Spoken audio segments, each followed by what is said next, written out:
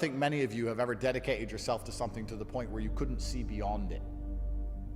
To dedicate yourself to something so heavily that you literally can't see beyond that date.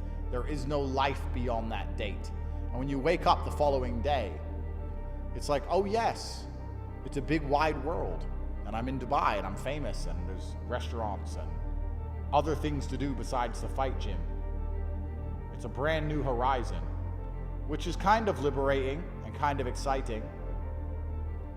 But also part of me misses the singular focus, you know, to only have one thing to worry about and one thing to do. I think it's quite refreshing. That's why I've always found it confusing when people struggle with motivation. There's nothing more beautiful than having one particular focus on the planet. That's the most beautiful thing in the world. To have a distracted mind and abstracted thoughts, that's not nearly as fulfilling for the soul as waking up with one particular concern and a date by which that concern gets to be fixed. That's actually the optimum way to live life for your soul and for your heart. To wake up and say, I only have one thing to do and I'm gonna give it my all. And if I do that on this day, I get the reward for that thing. That's a beautiful life. If I were to say to you right now, dedicate yourself for the next 1 year, give it your all, 4 or 5 hours a day, think about nothing else, don't go out, don't go party, don't talk to silly girls, forget about Christmas, forget about your birthday, forget about New Year's, focus only on this thing for 1 year, and on this date you get the reward.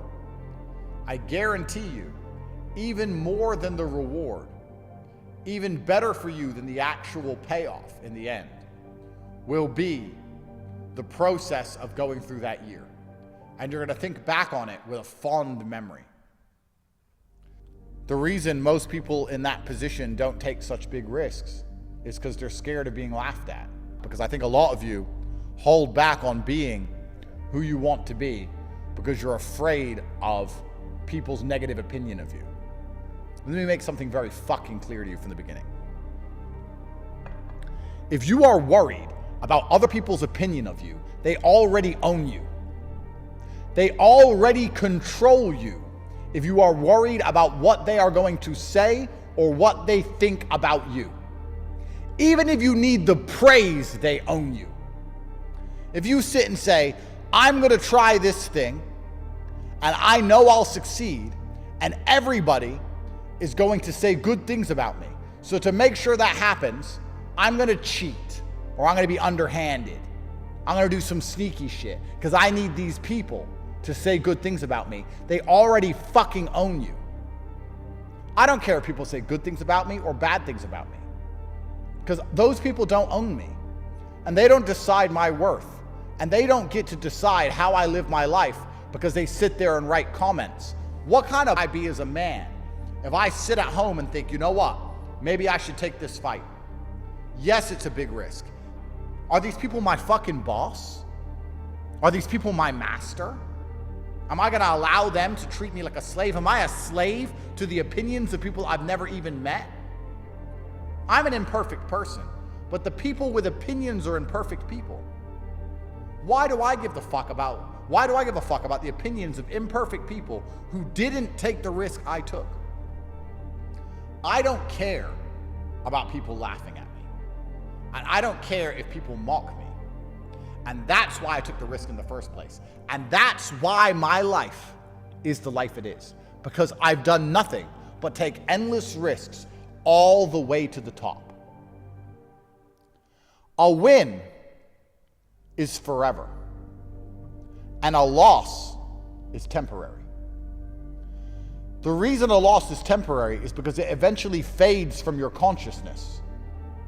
The loss doesn't stay around for long. The world moves on, people forget, you forget, but the win stays forever. Let me give you an example. You try and start a business and you win. You become a millionaire. You save your bloodline from eternal slavery.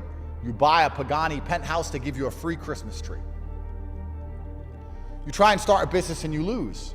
You lose all your money, you get pissed off and upset. A few weeks later, you try again. The loss disappears, but the win stays forever. So when you understand that wins are eternal and losses are temporary, how can you not flip the coin? How can you not roll the dice? You have to roll the dice. Because if you win, it's changing your entire life trajectory forever. And if you lose, it doesn't matter. The only thing that matters is some people on the internet are going to say some bad things about you. Some imperfect people who jerk off to porn, who have their own problems and their own struggles. Who gives a fuck what those people say? They're not the master of me. They're not in charge of me. I went out on my shield like a man, and I'll do it again. Chase beat me, but he didn't instill fear in my heart. I'm not afraid of fighting. I'm not afraid of him. He just beat me. Never, ever take away your opponent's victory. It's like paying a debt. If you make a bet, you're a man. If you bet $100 on a sports team, you shake hands, and your team loses, and you don't pay your bets, what kind of man does that make you? No, you have to pay your bets. The karmic forces in the universe does not and will not ever like or reward a man who doesn't pay his bets. If you're going to go through life without understanding that there's a grander plan, a plan that's bigger than just you and your ego. The plan is bigger than just us and our egos, guys. The plan is bigger than just, I want to win, so I have to have what I want like a spoiled child, and what God decides and what's good for the universe and what's good for people to learn from and what's good for the general karmic retributions of the planet. Fuck all that. I want to win so that no one on the internet laughs at me. It's not how it works. And I took this fight knowing it was a risk. Guys, I could have fought a tin can. I could have fought an idiot and everyone would say, top G, top G, top G. I could have fought some nobody and beat up some nobody. But what's the point in that? Where's the lesson in that for me? Where's the lesson in that for you?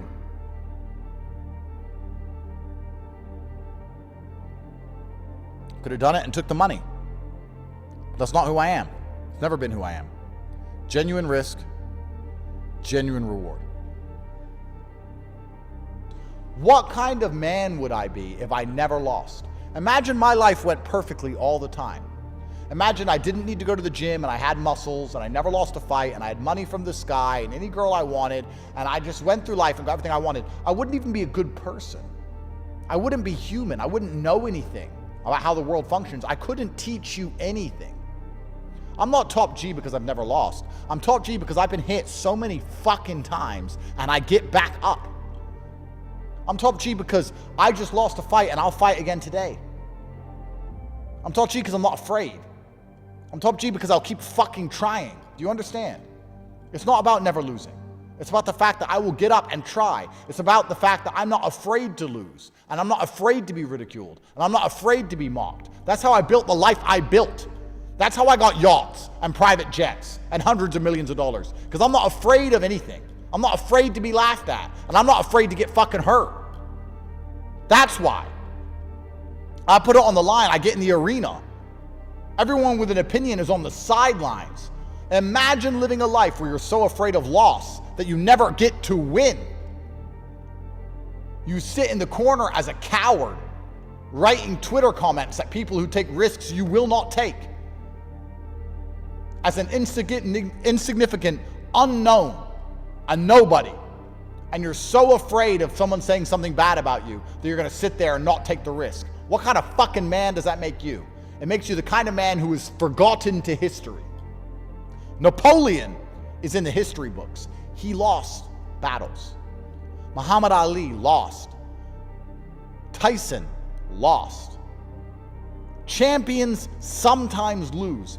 Sometimes the stars just don't align and you just lose.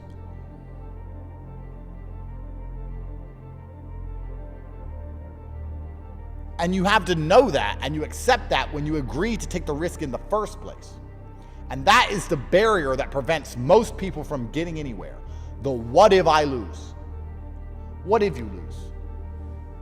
I just lost in front of the world. Got paid 20 fucking million fucking dollars. I'm fine. I just lost. What happened? I'm fine. My life's fine. I'm fine. Some jackass wrote a Twitter comment. You think I give a single fuck? The best way to get over a loss is to keep on winning. I'm going to keep winning.